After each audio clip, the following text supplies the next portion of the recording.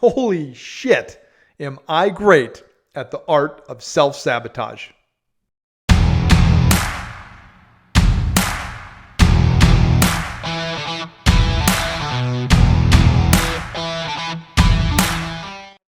So here's the story. When we moved to Arizona, that was an opportunity for me to kind of revamp and reset for myself as far as my health is concerned. And I promptly got my fat ass in the gym, started working out, and really was focused on all I want to do is take a slow progression to getting back to being healthier again, getting back to being a little bit fitter. I am a little older, so I'm not trying to be a hero. I'm not trying to lift 1,000 pounds. I'm not working out for a six pack. I just want to get healthy, get moving again, and get back to feeling better. So the apartment that we were in while we were still looking for our house had a really awesome gym, like super cool. And I would go in there on my lunchtime during the day, and there was nobody in there, like ever. So I was in there working out by myself. I had my podcast going and had the gym to myself, and I loved it. And I found like a pretty good, easy workout plan that I could do. And I was just moving through it, and I was eating better. Nothing crazy, just being more consistent and being, a little bit better. And I was really enjoying it. And I was really happy and proud of myself that I was not trying to be Mr. Tough Guy. And I was using very light weight, and I was, being mindful of my range of motion, all of that nonsense. And a couple of weeks in, 6 weeks in, I was in there by myself doing the same thing, taking my time, using appropriate weights, appropriate range of motion, and feeling good. And all of a sudden, my right lower back felt like it exploded. And immediately I was like, God damn it. I knew exactly what had happened. I knew I had hurt myself, and that was right around the time when we were moving into the house that we're in now. So I was already planning on taking a couple days off because we were moving, and anybody that's moved, you work, 12 hours a day moving stuff, and your body's just wrecked for like a couple of days after you're done moving. So that lined up, and I was really, really mad when that happened. And I kind of put it off to the side for a little bit because we were moving and we got settled in, and that just kind of, occupies your entire life for a few days. You finally get settled in the house and you're kind of moving in, and the dust settles. And my reaction to that was I was really, really mad. And I was mad because I felt like for one of the first times in my life, my intentions were pure. And what I was doing was totally appropriate given my current age and weight and fitness level and range of motion ability and all of that.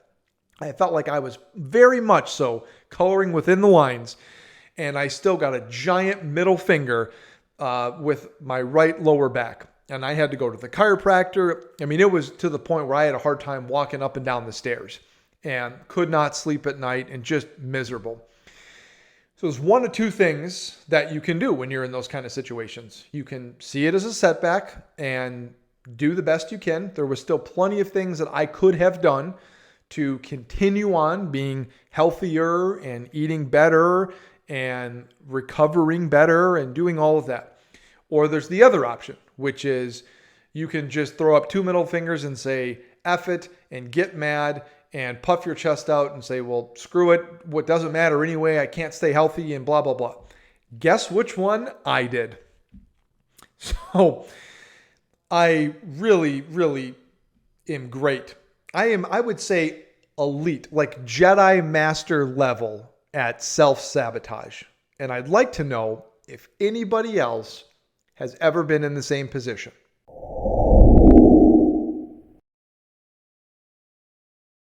One of the things that I've always struggled with the self-sabotage is just this loop that you're in. And it's so hard to break the cycle, for me at least, of just this negative loop of whatever it is. And for me, it's not working out consistently combined with eating poorly, combined with not being as productive as I should be outside of work, combined with feeling anger, guilt, frustration, helplessness, hopelessness, because of all of that, and then just going right back to it instead of figuring out a way to to move past it or dig out of it. And I know people deal with much bigger problems than what I'm talking about. So I'm not trying to say poor me. I'm just saying in my little corner of the world here, that's something that I've struggled with. And I wonder if anybody else has done that too, where whatever it is, whether it's working out or finances or relationships or whatever, but you just kind of get in this cycle where you just cannot get out of your own way. And I was making progress. I had been losing weight. I had been feeling fitter. I had been eating better, having more energy, sleeping better, had more fun to be around. And all of a sudden, I just decided to throw all of that out of the window because I was pissed. And the lesson in that to me that I would share with my daughter and that I would share with myself is you're going to have negative things happen to you. And something my dad always used to say is, you can suffer the injustice, but you don't have to suffer from the injustice. And that is a great lesson, because what I have chosen to do so many times over the course of my life is I have chosen to suffer from the injustice instead of realizing that things happen, suffer the injustice, and just move forward. I'm curious to know if anybody else has been in that situation and if that advice rings true for anybody else.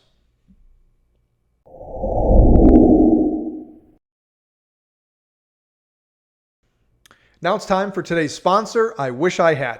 And today's sponsor, I Wish I Had, is something that I wish I had as a sponsor and something I wish I had right now on my couch. And that is the Couch Console. Their website, couchconsole.com.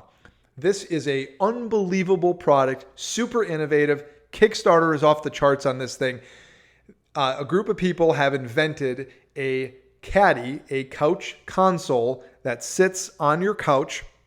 What is amazing is not only does it have spots for your drink and for your remotes and for your snacks, so you can have a snacks in it if you want when you're watching TV, but it's modular. So you can move things around, switch things in and out. And the the cup holder is self-leveling. So if anybody's had something on the couch, you sit down, your couch cushion goes, right? And anything can spill or tip or whatever. So this is a super robust design. It's kind of self-leveling with the drink portion of it. And it's modular, so you can switch it up and have it make sense for you. Hold your video game controller, hold your remotes for the TV, drinks, snacks, notebooks, whatever.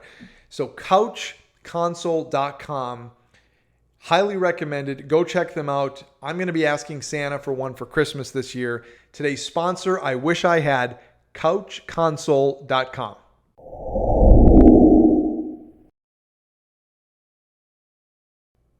We were talking earlier about the art of self-sabotage and how I am a master Jedi Knight with that, as you can see with my lightsaber back there. What goes hand in hand with self-sabotage, what is the gas for self-sabotage, the fuel, is negative self-talk. And I'm not trying to go all weird podcaster on you here, but this was something I had discovered for myself. We all have an inner monologue, or actually, there was a study done recently that said not everybody has an inner monologue. So for those of us who have inner monologues and talk to yourself or think to yourself, how much of that, I would challenge each of us, how much of that is negative? And for me, a lot of the time that I spend in my own head is negative. It's negative thoughts about myself. It's negative thoughts about situations. It's negative thoughts about other people. It's petty resentments. And I don't believe myself to be that. I don't believe myself to be a petty, resentful, tit for tat kind of person who keeps receipts on everything forever. But oftentimes in my head, that's what's running through my head. And then also negative self-talk about myself. My opinion of myself in my head is very, very low.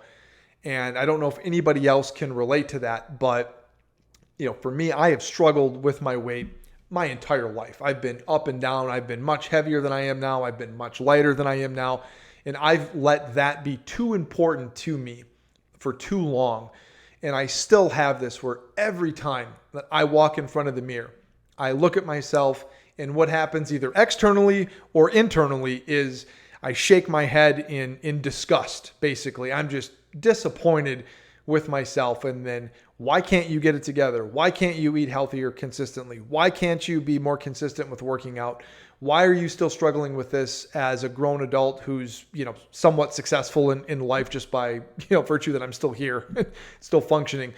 And then it gets to that it's going to negatively impact me long term, and what that could possibly mean for my relationship with my wife and my daughter. And what if I have health issues down the road, and blaming all that on myself, which I should. Like, the only reason that I am not as healthy as I should be or not as fit as I should be, no one has done anything to me. Nothing in the outside world has done anything to me. It's been my choices that have done this, but I have gotten in my own way and been in my own head for far too long and made so many poor choices because I am like almost doing it to spite myself. Or as Michael from The Office said, to spite her face. So I have been in my own head way too long. And I'm sure other people are like that. I don't think I'm alone in that. And I would be curious to know how other people deal with that. And it's easy to give advice to someone else, right? The situation of walking by a mirror and looking at it and being disgusted. It's easy to say, hey, who you are as a person isn't defined by what you look like in a mirror. 100% true. Could not agree more. And also, I know what that internal struggle is like, to be so frustrated and to not be able to wear all the clothes that you have, and to always feel uncomfortable in the clothes that you have, or always feel uncomfortable when someone's taking a picture of you, or whatever the case is. And just to always feel like that. It's so frustrating and so disappointing. And as I say that, my watch went off Siri. So that's pretty fun.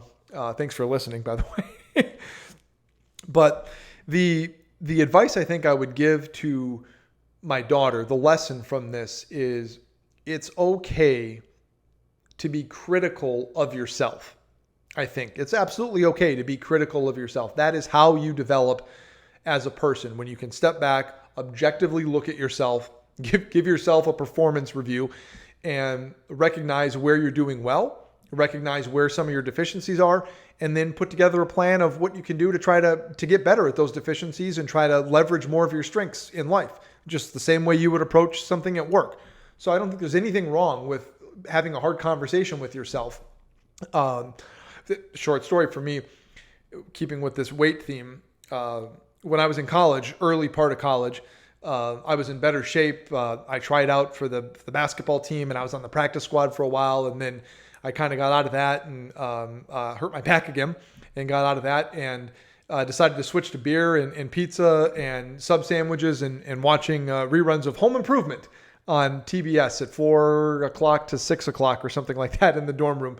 And over a couple of years, I put on a considerable amount of weight, almost 100 pounds. And I remember 2004, I was with my dad, and we were on vacation somewhere.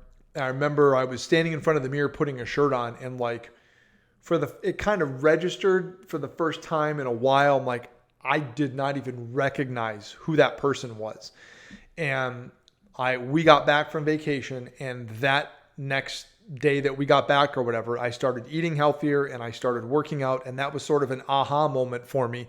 And that was the beginning of me losing like 80 pounds. And it took a year. So, I mean, I was, doing it, playing the long game there. But that was sort of an aha moment. And then also at the same time, the other end of the spectrum, like a year later, I remember being hosting a birthday party at my apartment, my first apartment, for one of our friends that I worked with. And I was like the lightest that I had been in forever. Like I had lost a lot of weight. And I remember drinking and doing whatever. We all went out, came home, and I remember just puking my guts out. And looking back on that, like the next day, I realized like, oh, I had hardly eaten anything, and I had run 6 miles, and I had whatever. And that was also a wake up call. Like, yo, dude, you're taking this way too extreme. Like, you don't need to be this deprive yourself this much because you want to look good or you want to fit into clothes or whatever. So I kind of relaxed a little bit and found a happy medium for a long time. But it's okay to have those tough conversations. What's not okay is to just beat the hell out of yourself. Just rail against yourself forever and ever and ever internally and just abuse yourself. And I think about the thoughts that I have and have had about myself over the long term. I would never say that to my wife, to my daughter, to my mother, to my friends. I would never say that kind of stuff. But I'm fine with saying it to myself. That doesn't seem right. And this is not, I'm harder on myself than anybody else is. I'm not talking about that. Like, it's not okay for us to be abusive to ourselves. And that's something that I am still struggling with every day, is finding that balance of I can have hard conversations with myself, but I don't need to abuse myself. I can be honest. I don't need to be brutal when I'm honest, right? I don't need to be brutally honest. I can just be honest.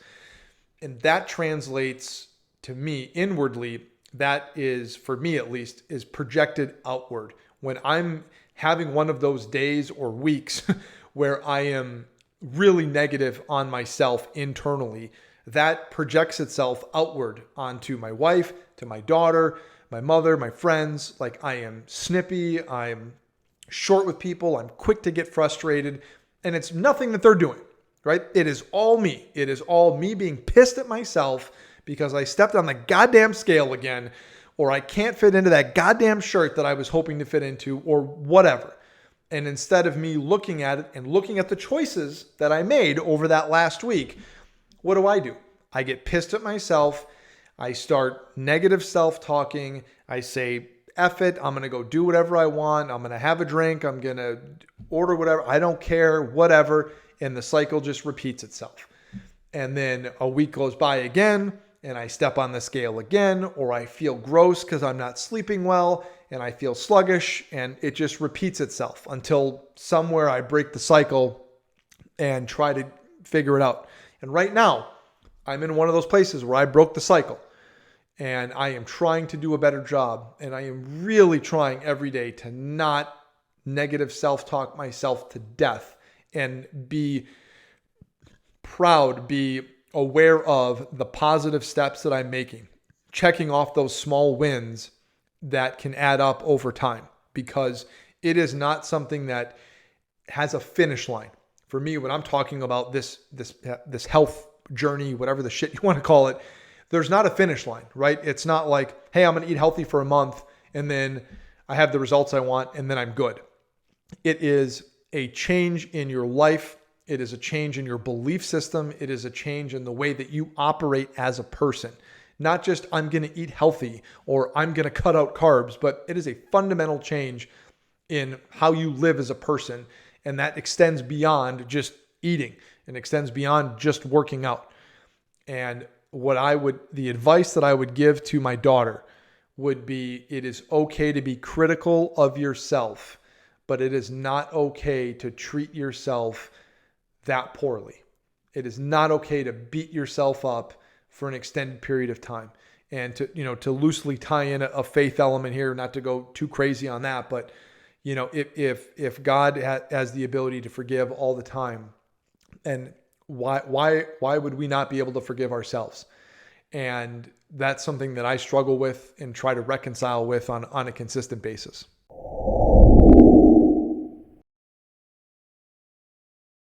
In today's Just the Tip segment, we're going to talk about something that I am not an expert in at all. I can't even say the word half the time, but I'm going to try it. We're going to talk about, very briefly, a reamoratization, yes, of your mortgage.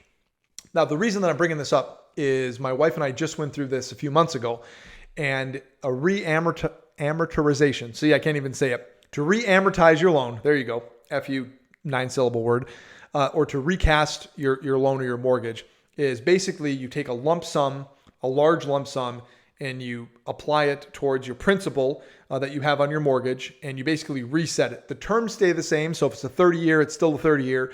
Your interest rates stay the same. So if it's 6% or 7%, it stays at 6 or 7%, which sucks. But you're able to lower the total amount, which in essence lowers the monthly payment that you will be making. And then also over the life of the loan, assuming that we're staying with it for the life of the loan, will reduce your overall cost because you're paying less in interest over time. Now, it's not applicable for everyone. It's different than refinancing. Refinancing your loan or your mortgage is when you actually change the terms. So either the length or the rate. This is reamortizing or recasting your mortgage, which is you're just trying to lower your monthly payment in essence by applying a large lump sum to the principal. So you're lowering that principal, but the terms, the time, and the interest rate stay the same. So it's not for everyone, but if you're in a situation where that is something you might be able to do, especially if, depending on what your interest rate is, that's something I would say you might want to consider. Again, that's different than refinancing. This is a recast or a reamoratization of your mortgage. Yes, I said it. Today's just the tip.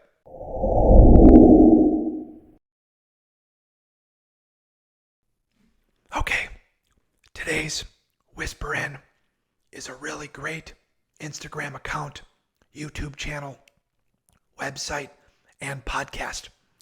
The guy's name is Andrew, and his podcast is called The Personal Finance Podcast. His YouTube channel and website and Instagram account is mastermoneyco.com. And he talks a lot in very digestible, bite-sized pieces about basic personal finance 101, about what types of investments you should be making, 401k, 529. But we were just talking about reamortizing or recasting a mortgage, refinancing, types of stocks and ETFs to invest in. Really, really good. He's a young guy, very digestible, very bite-sized pieces. His podcast is great. I've been listening to him for a little over a year now. Really good stuff. He always updating his Instagram and his YouTube channel. So his name is Andrew. The Personal Finance Podcast is the name of the podcast. His Instagram handle and YouTube channel and website is Master Money. Master Money CO. Master Money CO with Andrew. Today's Whisper In.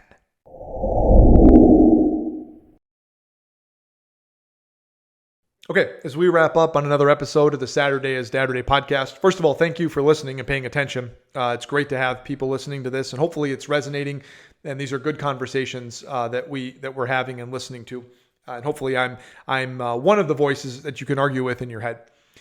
Today's episode, we talked about the art of self-sabotage and how I am a Jedi master in doing that, whether it's working out or finances or career or relationships, whatever it is. Perhaps somebody else besides me is struggling with the art of self-sabotage, where you think you're making progress, you're starting to make progress, and then you fall backwards into a cycle that just pulls back all that progress, and you get into this loop that you just can't get out of. We also talked about the couch console as today's sponsor. I wish I had. Totally awesome. I'm asking for one for Christmas. It is a modular design of a console that fits on your couch, designed to hold your drinks, to hold your remote, hold your snacks, hold your video game controllers, all of that. Really, really cool stuff. We also talked about negative self-talk, and I am also a Jedi Master in that. And I wonder how many else people listening and seeing this have gone through the same thing or are going through the same thing, where the way that you talk to yourself and the way that you abuse yourself is far worse than anything you would ever say to anybody else. And that's something we need to be mindful of and help teach each other and our children so that they don't have the same habit to the degree that we have for those of us that are going through with some of that. Our Just the Tip segment was about reamortizing or recasting your mortgage or loan and how that's different from refinancing. But it's something you might want to look into. It may or may not be advantageous to you and your family. And our Whisper In segment was tied sort of to that, to the Personal Finance Podcast and the Master Money CEO Instagram and YouTube channel. The guy's name is Andrew. He does a lot of really great stuff, bite-sized pieces of financial information, personal stuff, 401k, where to put investments, 529, different things you can do for yourself, for your family, for your children. Really good stuff. He's always updating it with new content, and his podcast is really good. I think it climbed up pretty aggressively over the last year, so definitely check them out. Thank you very much for listening, as I said before, to this week's episode and to the podcast in general. We'll be back next week, and remember, Saturday is Dadder Day.